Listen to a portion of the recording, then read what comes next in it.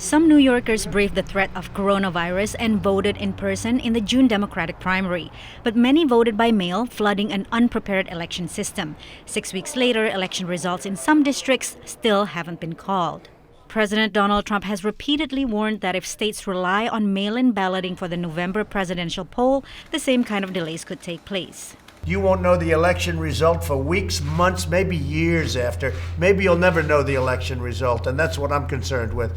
It'll be fixed, it'll be rigged. Election officials say voter fraud in the U.S. is extremely rare, even when it comes to mail-in voting.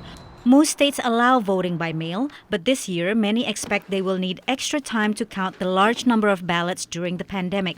It wouldn't be the first time U.S. election results are delayed. The controversial decision on the 2000 race between Al Gore and George W. Bush was delayed for more than a month because of recounts in Florida. The upcoming November poll could be even more controversial. We're in a hyper-polarized environment right now, and so any window where a candidate can claim that there's some sort of chicanery happening behind the scenes is a problem. The big problem this time is it's not just going to be one state. It's not going to be one Florida. I think that there are a good 3 or 4, maybe 5 states where it could take that week. While Trump has walked back his suggestion that the election should be delayed, he has continued to raise doubts and suspicion about mail-in voting.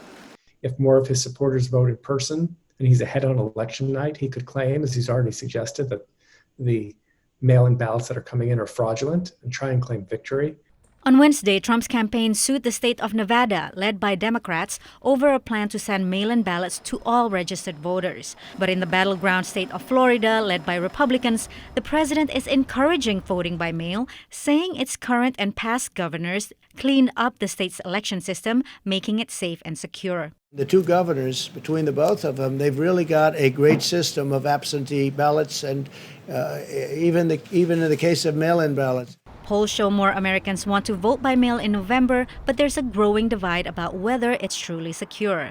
Democrats are much more likely than Republicans to say right now that they'd like to vote by mail. Expanding the pool of voters participating in some states will help Biden. In others, such as Florida, it's expected to benefit Trump.